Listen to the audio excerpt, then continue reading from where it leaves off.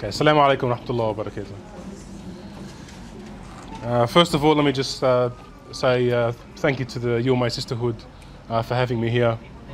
I've been through some amazing life-threatening situations, and now I'm intimidated by all these women looking at me. But it's the flowers. Can you hear me better now? I'm usually pretty loud, so... Everyone can hear me good? Yeah. Okay. So the topic today, inshallah, will be not talking about what is domestic violence to an extent. It's more about how do we help those around us that are experiencing it. Seems to be the most common question I get asked in my professional capacity is, Danny, I know someone who's going through this, what do I do? There very rarely seems to be anything, actually I've never seen anything, where there's a proper presentation on practical aspects on how to deal with that. Besides saying call the police or call this service and whatever, but we'd have our head in the sand if we think that people call the police straight away on domestic violence incidents, because I'll tell you right now, they don't. If you look at the statistics, it's pretty serious. Like you might call police intervention after 35 or 38 times of domestic violence before you pick up that phone. And that doesn't mean you'll actually continue the conversation, you'll probably hang up. And then if the police do get to your house, will you actually tell them what happened? Again, highly unlikely for the first time you actually have that interaction. And if heaven forbid you have a bad interaction, or it doesn't work out the first time for you, it's highly unlikely you'll call back again. So in these situations, prevention's always better than cure. So what I'll go through today, inshallah, is number one, a little snapshot into domestic violence itself, the nature of it. And in order for me to do that, I'd like to answer a question that I've been asked, or I've seen asked a few times.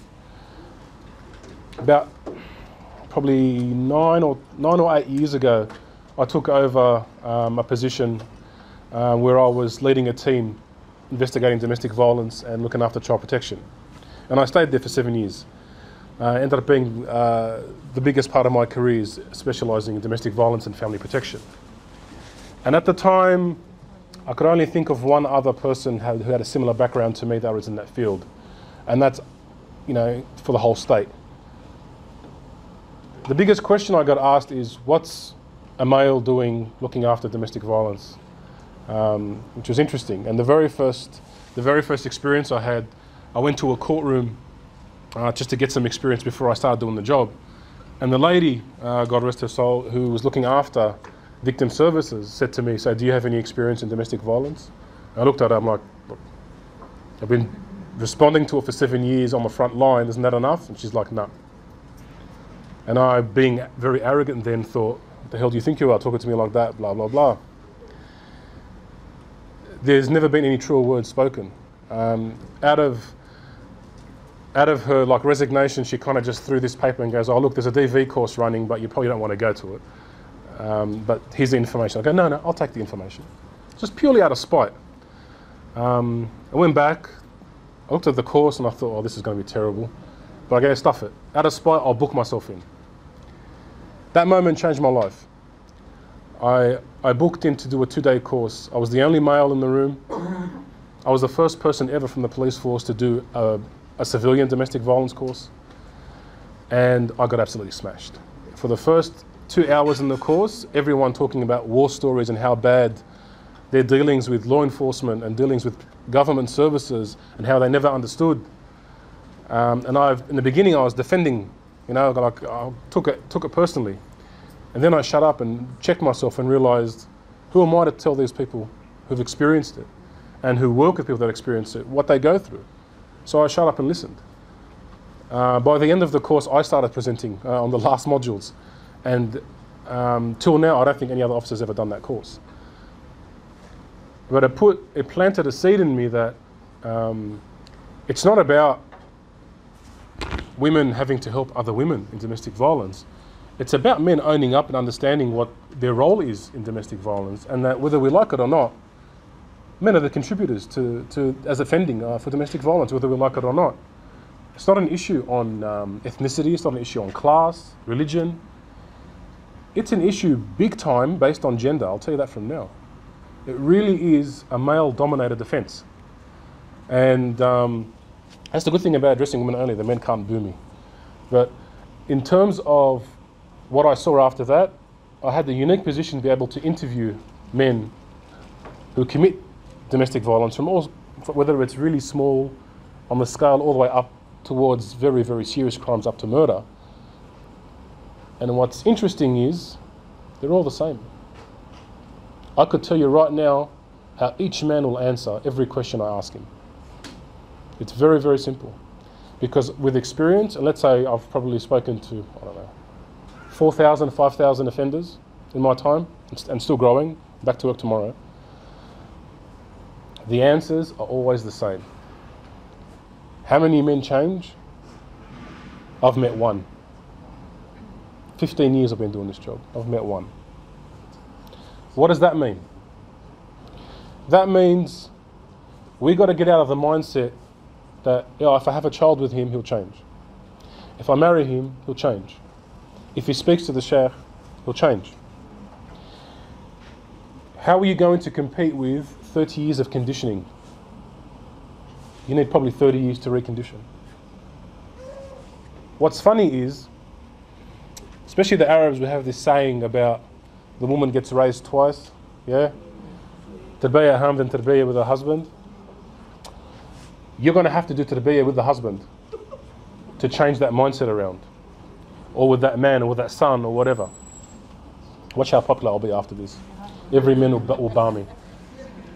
But I'm not going to lie to you. I accepted the offer from Sheikh Shadi because it's something that needs to be spoken about, and spoken about honestly. We must understand the mindset of the man in order to know how to combat it. From the very beginning, from the very first man I ever interviewed, who I think from memory was maybe a slap on the face or something, but he did it in public, the genius, so he got busted. So straight away he came to me and I did the job. The first thing he said to me is, bang, it's her fault, right? Because someone put a gun to his head and made him slap her, right? Immediately, the first thing we do is we blame. What's funny is, no one's ever blamed a shop for getting shoplifted. I don't ever remember catching a shoplifter and he's like, it's Kmart's fault. Their stuff's too good.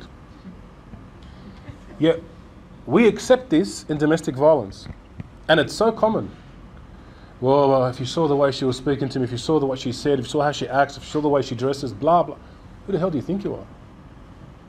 How do you blame the victim for the crime? If a guy's walking down Centro, got a nice gold watch, and he gets robbed, is that because he wore the gold watch? We've never done that. But we can blame women for rape from what they wear.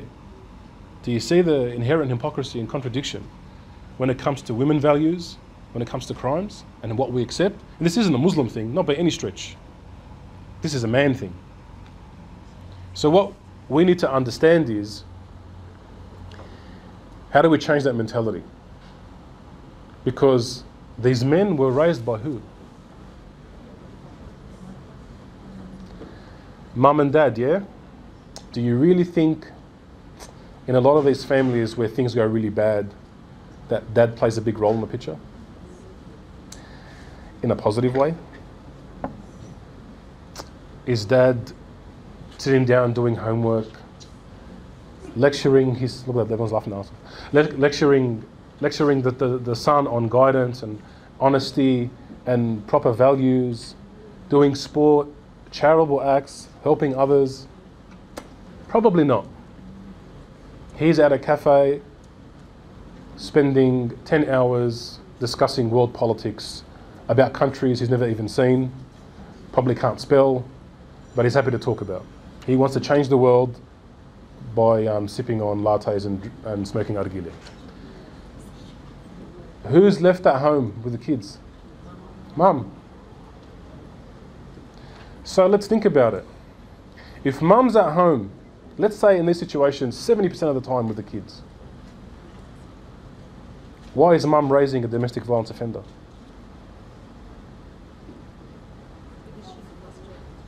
I ask a lot of rhetorical questions. In this situation, I'm not. Feel free to shout out what you want to shout out. Mum's what we call the person who's juggling. So most people can juggle one ball without any training. You apply some effort, maybe you can juggle 2. Try juggling 30 balls. Almost impossible, yeah? Unless you're a pretty awesome clown. If you're going to give mum all these balls to juggle and expect everyone to get the right attention in the family, you're in la la land. And the son will work out how to treat a woman by watching his dad. If dad's not in the picture at all, older brother. Some other male or alpha male role model around him in the family. Could be friends. If this is the thing. Who spends the most time with your kids? You know, what's interesting is, yesterday I was doing a talk with somebody, and they're new to the religion. And we were talking about the purpose of life. And I was telling him how, subhanAllah, the Quran tells you straight away, clearly, what the purpose of your life is. And I do not create man and jinn but to worship me. There's the purpose of your life. It's not vague, direct, black and white, straight to the point. We don't have to rub our heads and try to think about what that means. What I told him, let's apply the alien test. And the alien test is, let's say there's aliens orbiting the planet and they're watching us. On a 24-hour cycle, they see a believer. Oh, let's make it 2 believers. One quite strict in their worship, and the other one Muslim by birth certificate. They see the aliens are watching this being, which they don't understand, and they're trying to work out what its objective is, what its purpose is.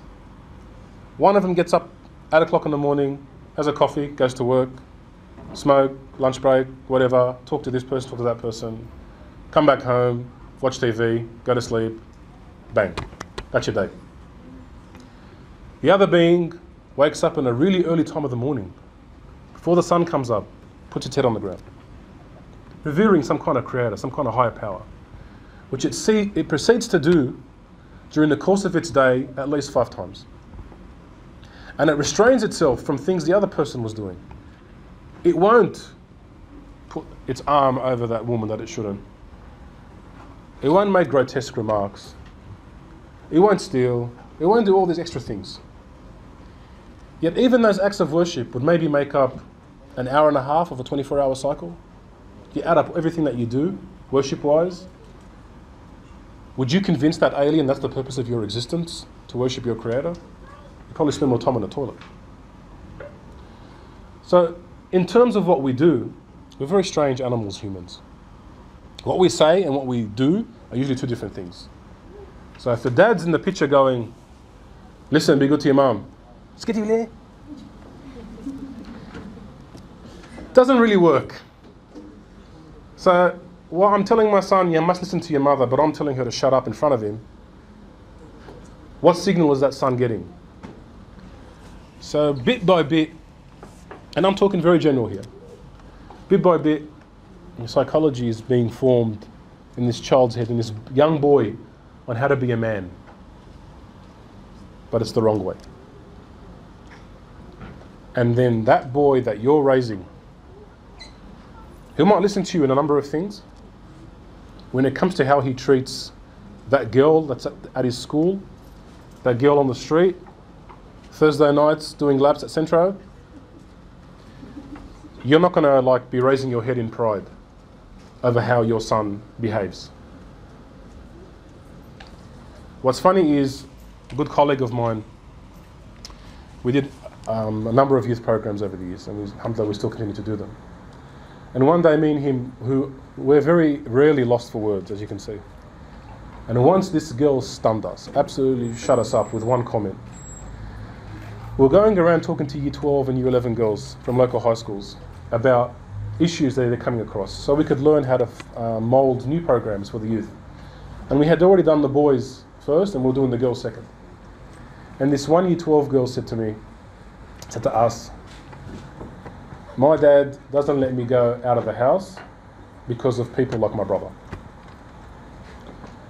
And it was the most ground-shaking moment I had experienced in my job for a long time. Then I realized I'm doing everything backwards.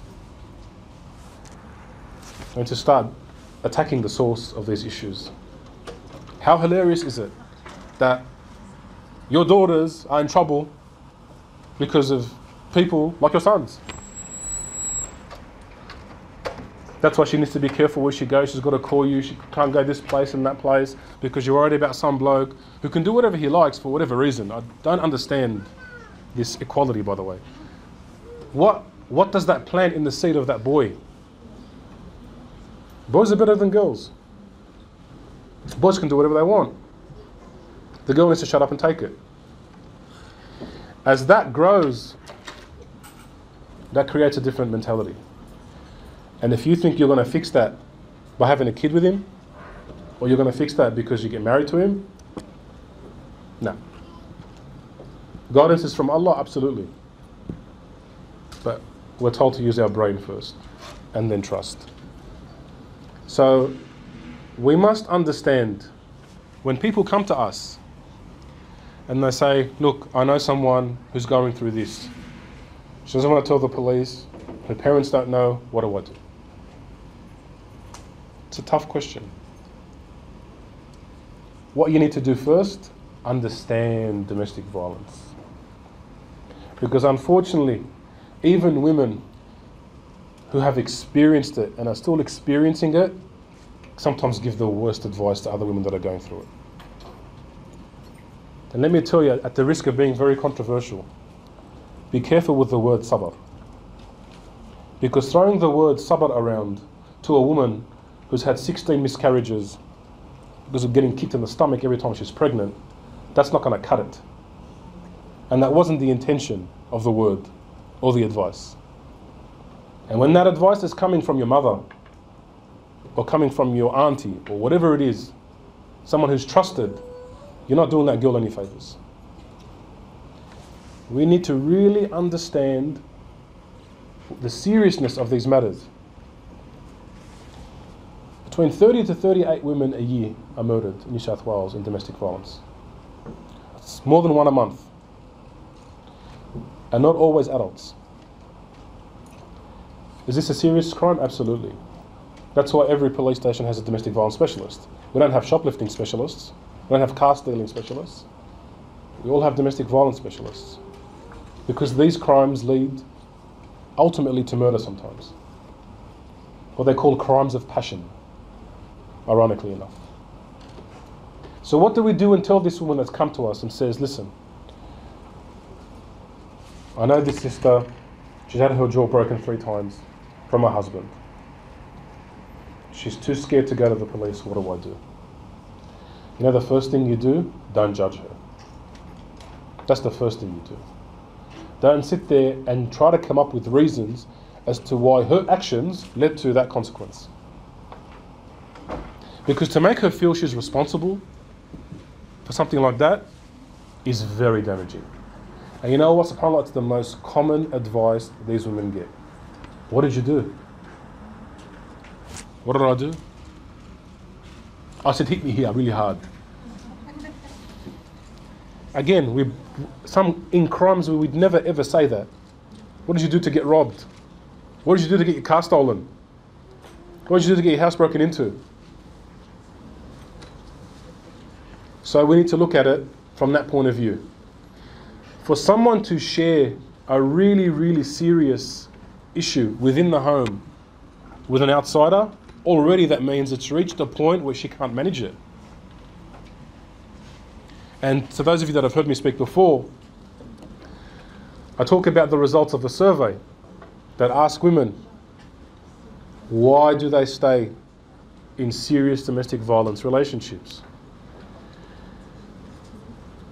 And the top answer was what?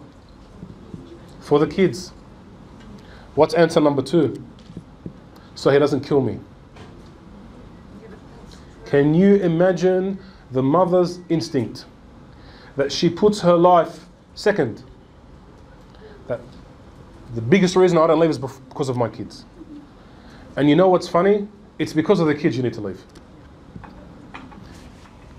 So Myself as a male speaking to another male, that's how I get at him. If they've got children, I start talking to the kids. I talk to him about his children. What do you think these children are seeing from their dad? Do you want your son to be like that? Do you want your daughter treated the way you treat her mum? Those turning points come into it when they really actually understand. When I'm screaming at him, like the way he was screaming at her, and all of a sudden he's not brave anymore, looking at the ground, where was that terror? Where was that ferocity? Because a domestic violence offender knows how to pick his target. What's funny is, we say we want to send them to anger management. You know these offenders, the ones I'm talking about, there's two categories. There's category one, the person that hates the world, and you're included. So he's the person that on the road wants to kill everyone, hates his boss, screams at his wife and his neighbours, hates everybody. That's what I call the easy category. That's an anger management issue. Category number two is the charmer, the manipulator, the one who's very popular at work, all the guys and the girls like him.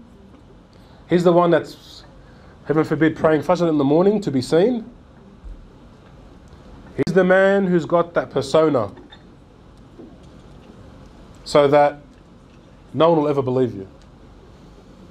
This person could run courses on anger management. Doesn't need to go to him. He could teach me how to manage my anger, because he turns it off and on. Because in front of his wife, she's going to shut her mouth. She's not going to tell anybody. He can do what he wants. With his neighbour, he'll cop a left jab, so he'll shut his mouth. That's anger management. So is anger management the answer? No, not for these guys. Not for that type of person. Unless the offender himself acknowledges he has a serious problem and the way he looks at women in general is wrong, he's not going to take any steps to fix it. I'll tell you that from now. You know what I see in court?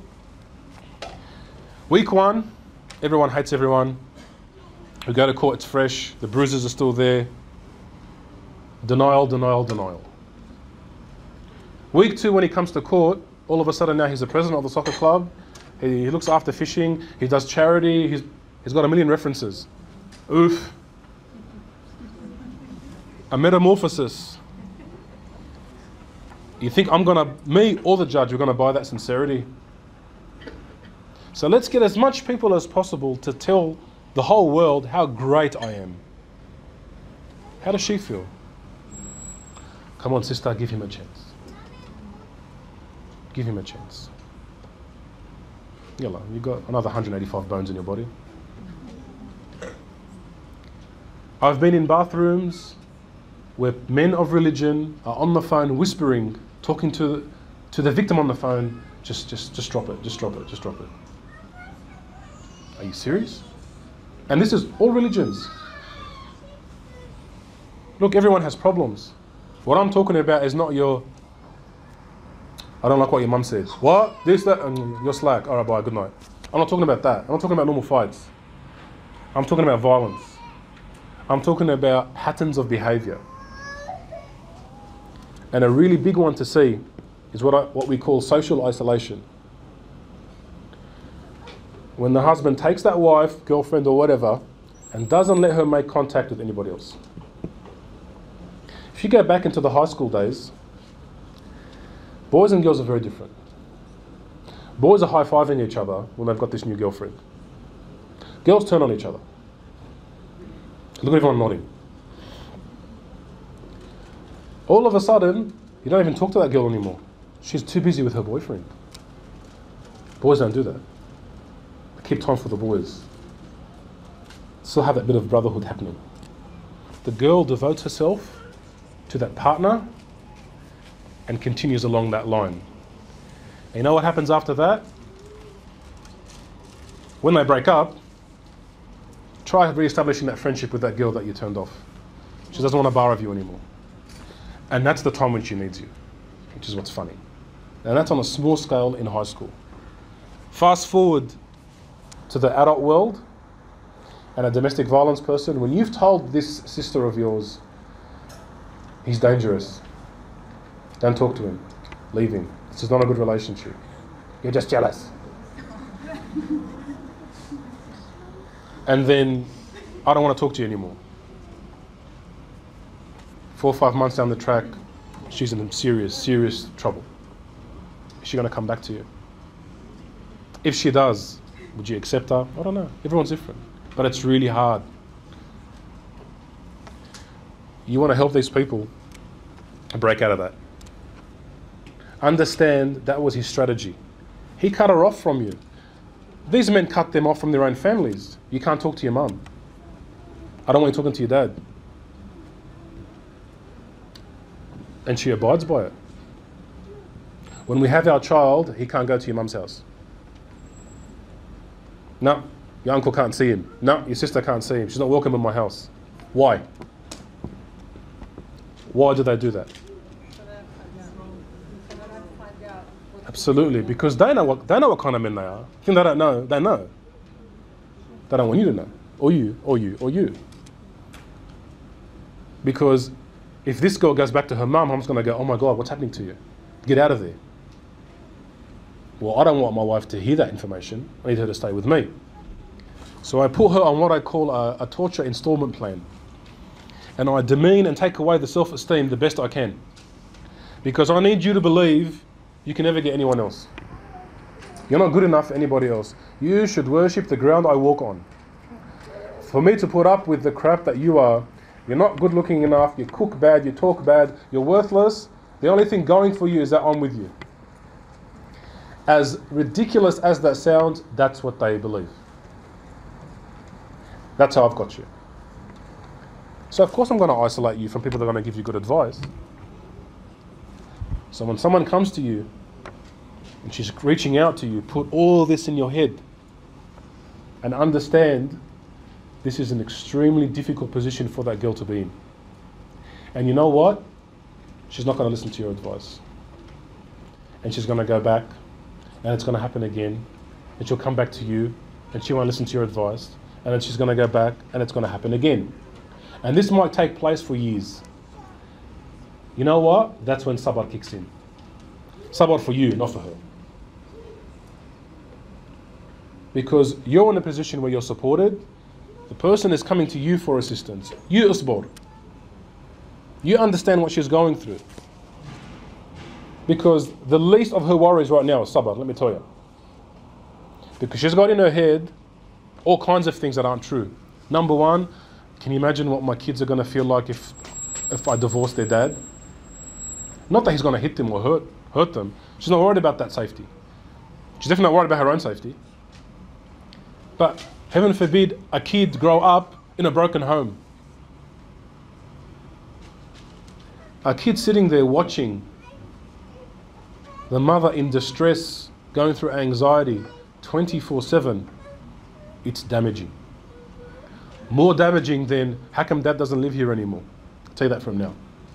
As hard as that is to answer a child, and people are dreaming if they think that's easy. As hard as that is and hard as it sounds, it's better than terror in the household. It is. Some things can be fixed, yes. I'm not talking about those cases. I'm talking about serious cases. People don't usually come to me for like small level cases. It's usually pretty serious. So what's available? Let's say she's ready, because it's all about her timeline, not yours. Don't set unrealistic expectations. Don't say, listen, in 3 weeks' time, I need you to pack your bags. Because her 3 weeks and your 3 weeks are very different. Because you know what? He knows. That one time, because this is how it works. Domestic violence, just like sexual assaults, it's not about the relationship, it's about power and control. A partnership, by its very definition, means you're equal. If you're my partner, we're partners. Look it up in the dictionary. Doesn't mean I'm your servant. It means it's me and you. It's a partnership. We're together. Now, we may have different roles. Doesn't mean your value is lower than mine. Equal value, different roles. So we're like this. In domestic violence, it's like this. What happens when the woman starts to do this? That in essence is domestic violence. I need to re-establish my authority in this relationship because you don't respect me anymore because I'm not respectable. But I'll make sure you fear me. And for some men that's enough. They will trade fear for respect, which is nothing to do with our religion, nothing to do with humanity. What happened to a relationship built on love, respect, trust, mawadda? That's not mawadda. That's terror, and that's a master-slave relationship. Who deserves you to have a master-slave relationship with him? Only one. So, when we see these situations, all of a sudden the control and the power has shifted definitely to one in the relationship. And he runs everything. For me to empower this woman, it's going to take time, it's going to take consistency, and it's going to take knowledge. Because there are going to be situations where an AVO is not going to cut it, him getting charged is not going to cut it. There needs to be more drastic action being taken. There are people with AVOs end up getting killed. And there are people without them. Some people learn from police intervention, some don't. Some get craftier. So for me to protect you, I've got to take you out of that environment. And she knows better than anyone how far he'll go. And you need to listen to that. So if you're in a situation where the person coming to you is so terrified of the level of violence and the extremes he'll go to, because let me tell you something, every single bloke will say, I'll kill you if you do this. I'll kill you if you take my kids. I'll never let anyone blah blah blah. Or the other ones go the opposite way, Wallah, I'll kill myself if you leave me. I'd love to tell you what answer I give them, but this is getting recorded. I'll kill myself, I'll kill myself. Dolls. So, what's going on there? It's a massive guilt trip. Again, maybe if she feels sorry for me, she'll come back. And then we have honeymoon phase, where all of a sudden, you're getting that jewelry you wanted 17 years ago. You get to go overseas and have a holiday, and you know what? You can see your mum now. All of a sudden, he's a legend again. How many honeymoons last forever? 0. So what happens after honeymoon phase? Comes back. And what's happened? You've shown him that if he goes too far, I'll pick up that phone and I'll get some help. So 2 things can happen now. Either one, he'll be very careful and not go that far again because he's scared of the consequences.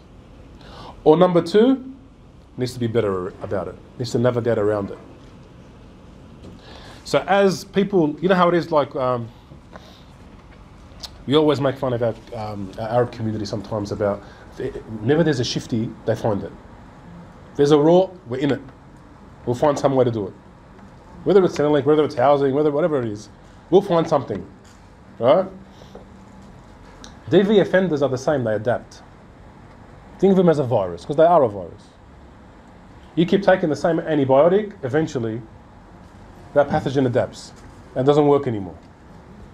So they adapt, so we must adapt. As they get better, we must get better. In extreme circumstances where it has to be for the child's safety, for your safety, get the hell out of there, then get out of there. But nobody can survive on their own. And that's the biggest thing for these people. Because let's think about it. In extreme situations, or when it's hot, they go to a refuge. Yeah? You know what domestic violence refuges are? Some short-term accommodation, sometimes mid-term accommodation, to stay away. You know, one of the main rules of domestic violence accommodation is don't tell your partner where the hotel is, where the refuge is. Can you believe that has to be a rule? Do you know how often that's broken? And so men go do hopping. They know there's about 4 or 5 in the metro area. They go looking for, screaming out their wife's name, terrifying every other woman inside. And we get called. That happens a lot. Because she's just hit the refuge and she's like, I can't do this. All right, look, can you promise not to do it again? All right, come pick me up. And then what happens? We all get angry. There's maybe 3 or 4 services involved in putting her there in the first place. We're fuming. After all this money, all this effort, all this worry, you called him to come pick you up. Now he knows where it is. You just put everyone else's life in danger. That is the absolute worst thing to say to them, but we do it all the time. Because if we thought about it, we'd understand why they did it. I'll take you out of your home right now, put you in some crappy accommodation. No matter how fantastic it looks, it's not your house, is it? It's not your bed, it's not your pillows. Your kids don't know the kids that are here, because sometimes there's other families there. Do you want to stay in there? And then you're hearing the other ones scream and talk about what happened to them, and sometimes it's a lot more violent than yours, and their kids are out of control because of all the trauma. Their kids are now playing with your kids, and then they throw a toy at your kid's head, and you're like, what have I done? Again, you're taking the burden of guilt upon yourself, and it's not your fault. So what do? Service providers? We take out our frustration on them anyway. That needs to stop. Again, we must understand this person is going through trauma, real life trauma, and it's not 1 day, 2 days, 3 days. This is prisoner of war stuff, which needs psychological intervention and treatment and sometimes medication and support for years. That's just for her. What about the kids? Can you imagine me going to a German war camp and they've captured, say, some Austrian bloke? I take out that Austrian prisoner of war, I save him. Then in 3 months later, I put him back. Then I save him. 3 months later, I put him back. You think he's better? So what's happening with these women? They go temporary, they get saved for a bit, they separate, they spend some time at a refuge, some time away. 3 months later, they're back in that house with the same bloke, who now has something else to be angry with them for. I can't believe you called the cops, you're a traitor, you're a kafir, you're a blah, you're a blah. We need to understand this. If you understand this, you'll give the right advice. That's what the purpose of this lesson is today. Put that in your head, whether it's for someone you care about, whether it's for yourself, whether it's for the future. Keep in your head the situation that these victims are in. And that's why a male is speaking to you today about domestic violence. Because the women's services, as fantastic as they are, they're flooded. They're swamped. There's more victims than there is locations to take them to. How many men are speaking to the men? How many men are speaking to the boys that are growing up and teaching them what the value of a woman is, how to treat a woman, respect, who their mother is? You can grow your beard all day long, man. But if you want to terrorize your wife at home, shave it off. That doesn't impress me. And going out of my way to hit the streets and do da'wah inside and pull my wife away from Islam inside is ridiculous. That's a massive crime. Because I'm the one that sees these women who've now taken off their scarf, who've now left the religion altogether and say to me, put me in a refuge where there are no Muslims. Why is she saying that? What example has she had of the faith? That's our fault. As a community, that's our fault. Because me growing up, and I'm sure you're the same, how many sermons were about this? How many sermons telling our dads, Careful how you raise your sons. Teach them to do this, this, this, this, this. This is the first generation where we start talking about these matters. Look where I am today. Now we've done drug talks, parenting talks, domestic violence talks in masjid. It's pioneering this generation. Unfortunately, it should have happened about 3 generations ago. This is why we're in the mess we're in today. You want to hold on to your faith, it's not sizzler. You don't pick and choose. I'm happy with this, I don't like this, I don't eat corn. No. The character of a man, of a Muslim man, negates all these qualities. And the character of a Muslim woman negates all these qualities. But we choose to embody what we want to embody. Because you know what? Who sees you at home? The biggest thing with rape cases and with sexual assault cases or with serious domestic violence cases, where does it take place? In a private bedroom? In a home? Is there footage inside your house? In your bedroom? I don't want to know if there is. Can we come to the house and take the cameras and look at the evidence like a shopping centre? We can't. Where are the witnesses? 6-year-old Abu there? Am I going to take him to court? Do I want to ask him those questions? What chance has she got for a conviction? Very, very hard. And with sexual assault, it's 1-on-1. His word versus hers. Under this system of law, that's not very promising when it comes to rules of evidence. So we can't rely on those kind of systems to protect and save our families in these situations. We go to them when needed, but we need to look at this from a children's perspective. So to me, when I've got my son in Arabic school and Quran school on Fridays, 3.5 hours here, then he does swimming, soccer training on the weekend. Dad has to get off his bum and sit with that child and understand, don't ever hit your sister. You are the protector of your sister. And then if you need to understand that God isn't happy when a man hits a woman. We talk to him along those lines. And then I can't hit my wife in front of him. In my situation, she probably hits me. But we need to, it's probably why my daughter's out of control. Yeah. So empowering our women and our sisters starts when they're getting raised. But when that girl is watching her brother do everything he wants to do and getting cheered for it, and she's a prisoner in her house, you're sending the wrong message. To him and to her. Because then we're telling her, whatever happens in life, accept it. This is your role in the life.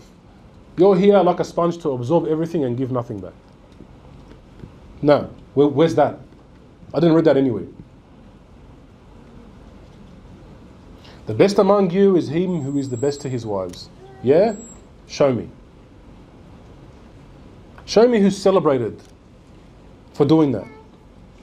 Show me the men that speak about how proud they are of their daughters and of their wives. We like to celebrate all these other things. The most important stuff in the world is families. Because the destruction of family leads to the destruction of society. So we need to start at home. That lesson on the alphabet, that lesson on the Fatiha, needs to be accompanied with a lesson in life. And respect. Not just respect to dad because he can break your leg. Respect because he needs to understand his role in this family, his role in the community, his role in life. Very, very, very important things.